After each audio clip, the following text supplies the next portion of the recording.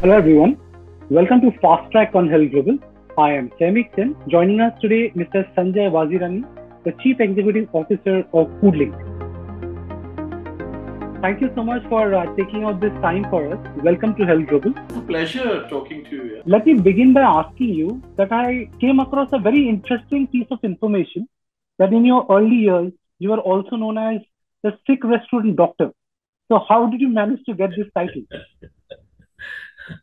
No, you've done some serious research, yeah, looks like. Uh, so, my beginning of my career, when I came to Bombay to study at the hotel management school in Dadar here, Sure. the first year I was in Ahmedabad because I belong to Gujarat and we belong to little rural, towns and villages of Gujarat. Sure. And when I came here, I had always had a part-time job. I used to work part-time when in the second and the third year of the college. And I used to go and, look at restaurants and try to put little theory to, kind of to that. And when I started my profession, I was a trainee at Holiday Inn. And then one day I quit that to help small restaurants to revive. So some facets of the restaurant I used to go and meet, especially these Shetties, Mangaloreans, Sure. who are very hardworking people, and they had a lot of restaurants around. Actually, I trained with them, and I would make a menu for them. I would, take a little responsibility of revival of business with very little investment or virtually no spends. So hence, I think this term came up that if there's any restaurant which has fallen sick, and if I would be called, maybe there were chances of it to revive and survive. So that is how it happened in very early stages of my career. Okay, that's really nice. You started off as a chef, but gradually you moved towards the management side of the business. So how did that happen? So again, I joined a catering college to become a chef. I was fairly passionate about, food and wanting to be a chef. But, God doesn't always give you what you want. And one morning, I was training at Holiday Inn as a chef, and one morning I woke up from the wrong side of the bed, and I said, "Business karna." First sick unit which I acquired, and I started. That's where the inception of our business started. Sure. And then, as business grew, the worry of uh, paying salaries to, supply line to, all the other facets took over, my mental space. And then being a chef was the last thing that happened to me. And while we speak, any chef I interview, I tell them the story and I tell them that I want to retire as one, if situation permits. Okay. Foodlink has expanded and now it is in Dubai. So why did you choose Dubai Yes. as a market? Any particular reason? I think, most of the things that have happened in my life are by default or by accident or by coincidence. We were expanding very well and successfully in India, and COVID came. COVID came at a time when, we had just about invested a very large, investment we had made in a Gujarat's largest banquet hall, which Foodlink built of its own. Very Sure. unique and a very modern looking facility. And just 2 months before that, we had launched Chandigarh, which is our, which we have a back end integration of a 30,000 square feet kitchen facility. Okay. We started to do well, and COVID came, and COVID lockdown. I was jobless. There was nothing True. much I could do back here except for, counseling and guiding people. And, we run a project called Khichdi Project, and 30,000 40,000 khichdis we were providing to the Bombay police and the needy Sure. for a couple of months. We did that. And of course, we ran out of ammunition, post that, and somewhere it stopped. And at that point of time, a friend of mine was going to Dubai on a special permission because you were not allowed to travel during lockdown. And I Sure. requested him to help me. And I went with him to Dubai. Dubai, we already had one small unit which had Okay. shut down during COVID because of no support, and none of us could travel Okay. from here to Dubai. So I went there and first thing I restarted that restaurant. And then I realized that that's the only place in the world which is open and is working normally. Dubai had a shutdown only for 18 to 20 days officially. Otherwise, it Yeah. was little time restriction. It was about protocols, mask, a few things. So then I talked to myself and I said, okay, I'll take little help and support from my friends and near and dear ones. And let me try to see if we can expand a little more restaurants and do little catering business there. So that's the time where, I got very good deals for the next three, four, five restaurants. And I thought that I'll stay back there and try to kind of, stay mentally active and do little expansion, so called. But it worked out very beautifully for us. By the time COVID cleared or was about clearing, we set up a full, catering and restaurant setup there. While we speak, the eighth restaurant is going to be opening in the next 30, 40 Wow, days of amazing. Dubai for us. And from there now we have plans to expand into Saudi Arabia, Riyadh, Okay, Jeddah, Al Khobar, and Dammam. We have a business plan to do 20 odd restaurants, India Bistro and China Bistro, Art of Dum Hybrid. These are the two okay, models which we are promoting that part of the world. And we are okay. now starting to do it in next month in Saudi Arabia also. Do you consider India to be a more difficult market as people know their food and you cannot go wrong? I think all the markets have their own nuances.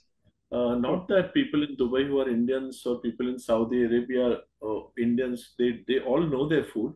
But yes, to do ease to do business, the support from the authorities, I think is slightly better in that part of the world. We felt the difference because here, for whatever reasons, approvals, permissions, do take a little toll on restaurators. While that part of the world, it's fairly brisk and quick and clear. Okay. So India is a huge market for catering for weddings and festivals. So what is the thing which is there in Dubai? Why do you think catering business is great in Dubai? So, there is a trend of destination weddings in the last 5, 7 years. That trend has Sure. really shown, and it has a upwardly growth graph.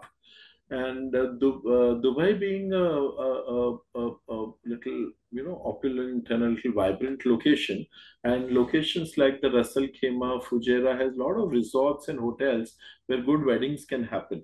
Sure. So earlier we were losing out in that business, so rarely we would get opportunity to kind of do those. But currently we monopolize that business. The 80% market share of those good weddings are with us while we Wow. speak. Surely by the virtue of our brand equity, which was already there in India, and the local presence and the way we have automated and set up the business. Okay. So what has been the core value of your brand to top the excellence chart? I think, we have kept the business very simple. Brilliance in basics, has been my, motto to me, to my team.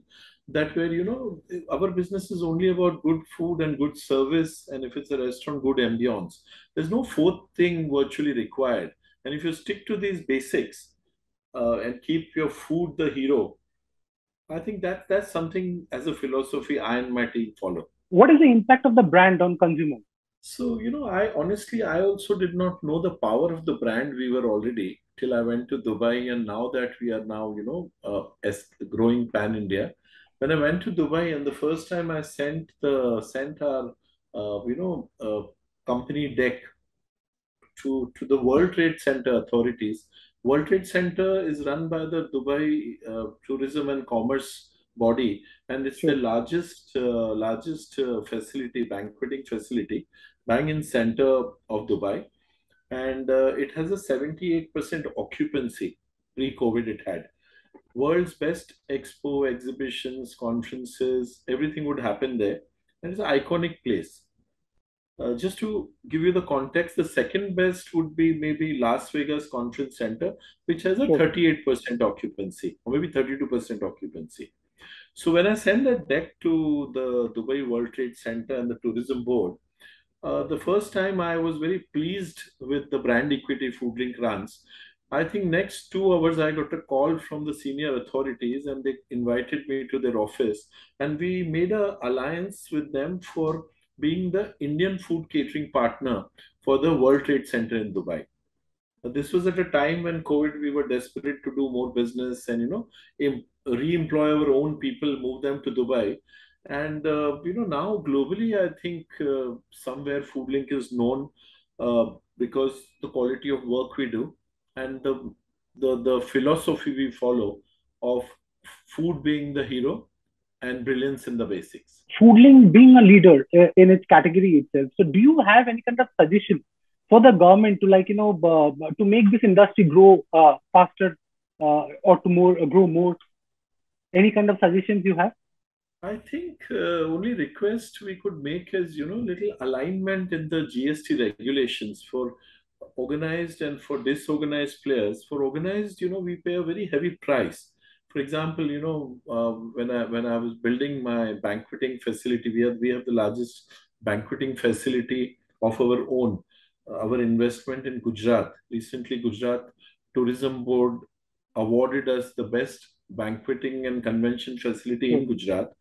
Uh, we built that project, and there's a 18% GST we have to spend when you make the project, and that no set off against the kind of GST we collect, Okay. which is 5%. I think that's very painful for fast growing or emerging companies who have a large capex too. We become 20% inefficient when we True. make the projects. So I think this Okay. is this is one thing. Another, of course, the licenses, the rules, regulations, one window clearance. If we get that, I think this is one of food is a soft power. It can True. True. be really serious businesses for everyone if these couple of things are looked at. Where is your organization headed in the next 2 years? So currently, we have a 3-year roadmap. While we speak, we are a 300 crore top line company with healthy EBITDAs post-COVID. Our intention is to get it to 700-800 crore mark in next 3 to 4 years. Uh, Distinctively, the three businesses, the event catering, which we are champions of, it's a very unique business. We have plans to scale that up. We are currently present in Bombay, Ahmedabad, Chandigarh, Dubai, and now Delhi. We have just about launched our catering services on the outdoor arenas. And now Sure. Hyderabad is going to be the next market in next year. We'll be launching our central kitchen there.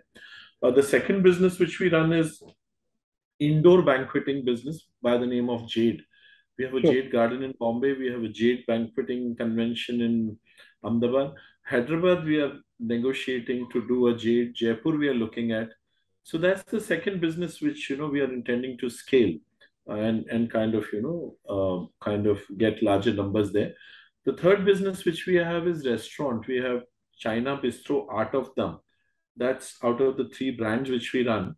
Currently, eighth is opening in Dubai, I told you. India, we have a plan in next 3 years to get to a number of 60 or 70 new restaurants we'll be putting up. And broadly, this is the route through which we look at 600-700 crore top line for Foodlink in the next 3 to 4 years. What would you like to tell the students who join the hospitality industry and they want to be in this industry? So, what are suggestions that they can follow? I think they have to be, living in the reality. This is a hardcore brick and mortar business. This is not like a e-commerce or, you can't multiply this. There's no shortcut to success in this business. So I think all of them, will have to be setting up their passion levels right, put an economic logic to it, and of course be very persistent and determined if they want to excel and grow. The huge, humongous opportunities for the young people who are joining business. This is just about the era where there's it being a little primitive in this country earlier. It's now at a situation where it's going to grow exponentially, is my view.